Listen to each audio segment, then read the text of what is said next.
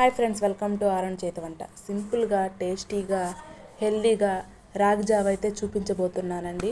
ఈ సమ్మర్లో కనుక చేసుకొని తాగారంటే మన ఒంట్లో ఉన్న వేడి మొత్తం పోతుందండి.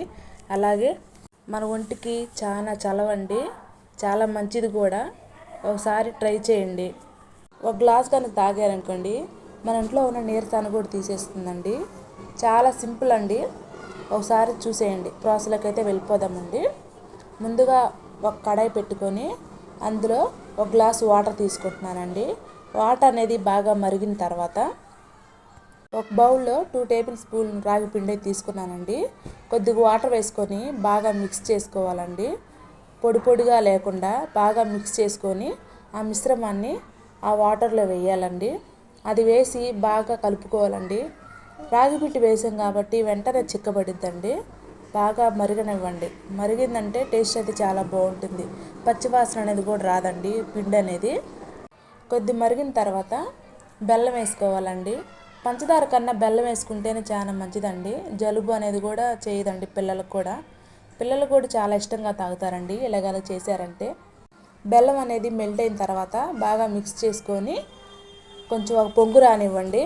ఆ పొంగు వచ్చిన తర్వాత బాగా కలుపుకోవాలండి.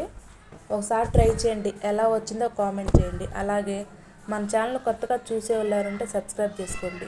వీడియో మటుకు స్కిప్ చేయకుండా లాస్ట్ వరకు చూడండి. వీడియో చూసే ముందైతే ఒక చిన్న లైక్ చేయండి.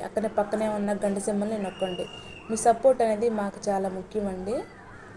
ఇంకా మంచి మంచి వీడియోస్ కోసం అయితే మన ఛానల్ని ఫాలో అవ్వండి.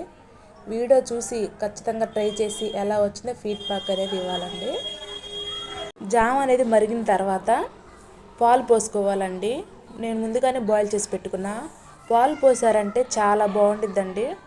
పాలు పోసుకొని చేసుకోవచ్చు, పాలు పోసుకోకుండా కూడా చేసుకోవచ్చు అండి. కానీ పాలు పోసుకున్నారైతే చాలా బాగుంటుందండి టేస్ట్ అయితే.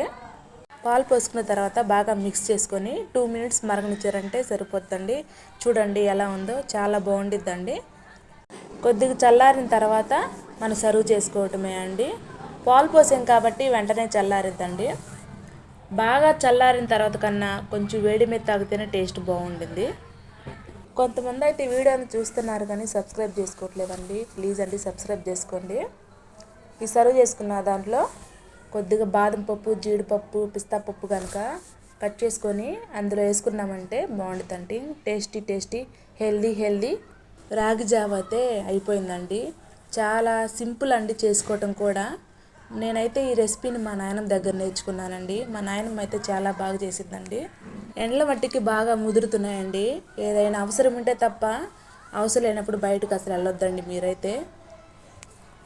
ఈ వీడియో వచ్చింది లైక్ చేయండి, షేర్ చేయండి, కామెంట్ చేయండి. Thank you.